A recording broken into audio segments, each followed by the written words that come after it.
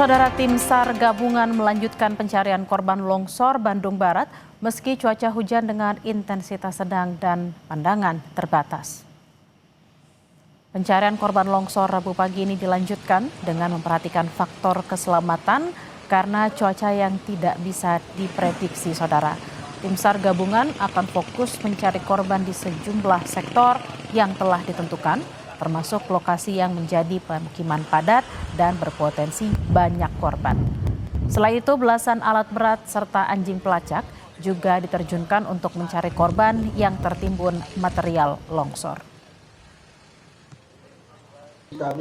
Memasuki hari kelima pasca longsor di Kecamatan Cisarua, Kabupaten Bandung Barat, sejumlah keluarga korban masih menunggu hasil identifikasi di posko DVI Polda Jawa Barat.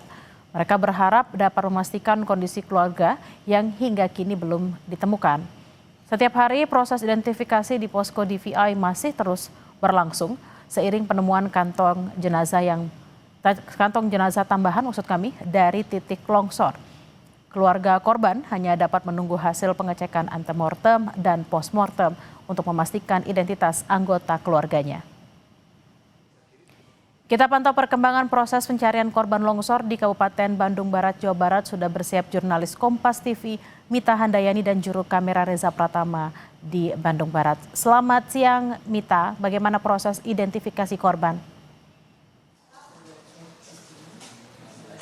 Ya, selamat siang Bella. Saat ini saya sedang berada di DVI Polda Jabar, di mana DVI Polda Jabar ini berlokasi di Pondok Pesantren Darut Tafiz.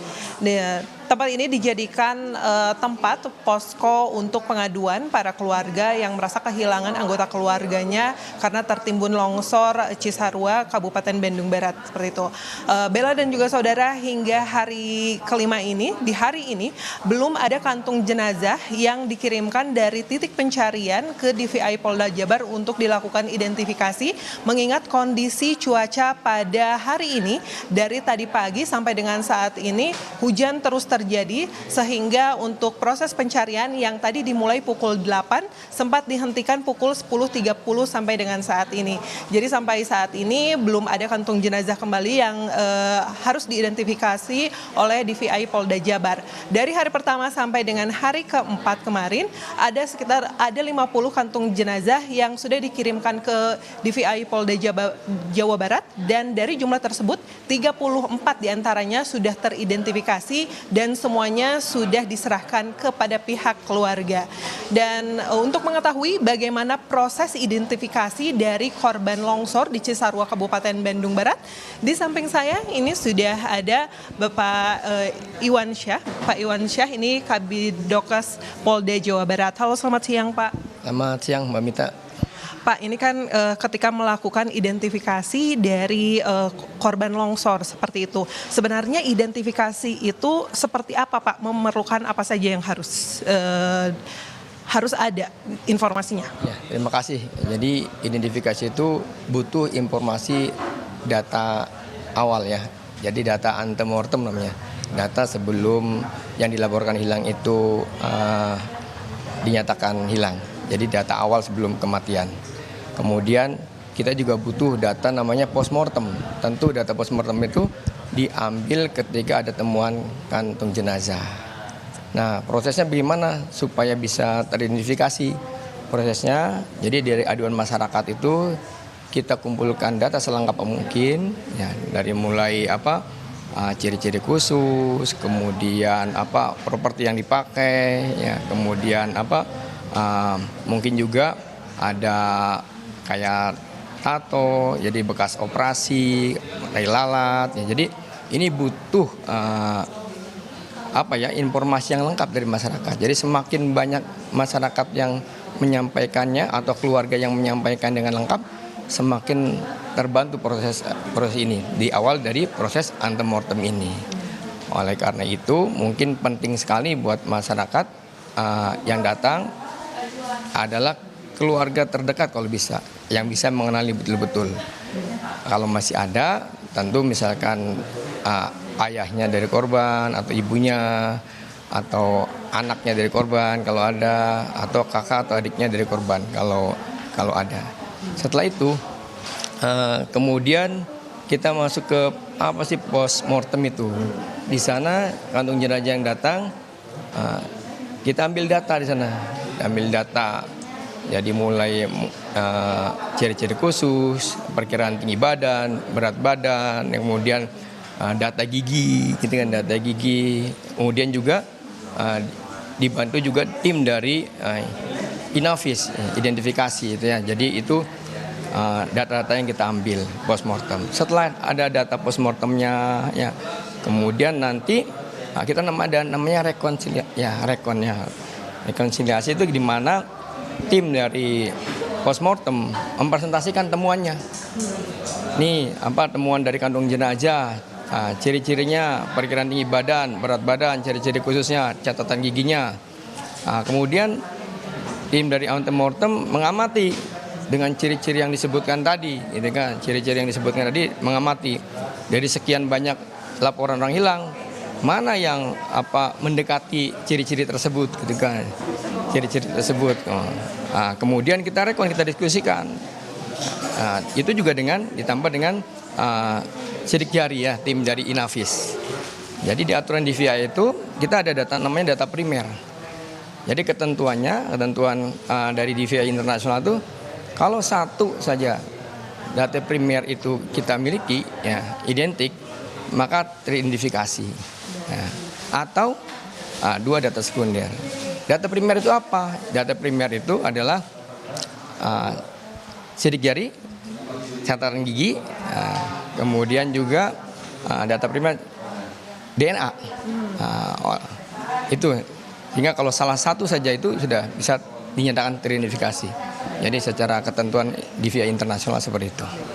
Pak, lalu apa yang menjadi kendala di dalam proses identifikasi ini, Pak? Apakah informasi dari pihak keluarga harus detail sekali atau seperti apa? Ya, betul Mbak Mita. Jadi kendalanya adalah pada awal terjadi musibah, keluarga yang melaporkan itu panik sehingga kadang-kadang 3 orang melaporkan satu anggota keluarganya yang hilang, jadi kan duplikasi gitu kan ya. Makanya kita terus update nih data ini, data selain teridentifikasi, data antemortem pun kita update. Kenapa? Tadi dalam suasana panik dia melaporkan si A hilang, kemudian tantenya melaporkan si A hilang. Jadi kesannya ada banyak yang hilang. Makanya kita terus update. Tiap saat kita teliti data antemortem itu. Pertama itu kesulitannya. Yang kedua adalah pada saat datang kan dalam suasana yang duka, dalam rangka cemas, itu pasti informasi yang kita dapatkan sedikit ya. Sehingga terima kasih pada Kompas TV memberi kesempatan kepada tim DVI ini untuk menyampaikan himbauannya. Himbauannya bagi keluarga yang sampai saat ini belum ditemukan keluarganya atau dilaporkan hilang, silakan datanya diupdate lagi dan bila perlu yang mengupdate orang yang terdekatnya tadi. Nah, selain dapat memberikan informasi ciri-ciri khusus, selain itu kita bisa ambil data DNA tadi seperti yang disampaikan. Kalau satu saja itu teridentifikasi. Jadi kalau dengan cara sidik jari belum ketemu, dengan cara catatan gigi belum, tanda-tanda yang khas di tubuh juga sulit ini kita dapatkan ya. Apalagi kalau sudah mungkin 5 hari ke depan. Nah, salah satu caranya dengan DNA. Terus DNA bagaimana supaya terbantu yang kekerabatannya paling dekat tadi. Maka datang ke sini ke tim pos antemortem. Keluarga selain memberikan keterangan lebih lengkap lagi, yaitu dengan kita supaya bisa mengambil pembanding lewat DNA-nya. Pak, lalu kan ini sekarang sudah memasuki hari kelima seperti itu. Nah, tadi kan Bapak sempat menyinggung bahwa sudah seiring berjalannya waktu juga mungkin untuk bagian tubuh ada yang sudah mulai rusak seperti itu, terutama sidik jari. Lalu apa sih yang menjadi kesulitan Pak di hari kelima ini Pak?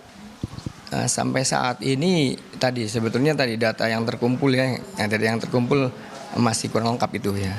Kalau sampai hari kelima kemarin ya alhamdulillah masih mungkin jenazah relatif utuh ya.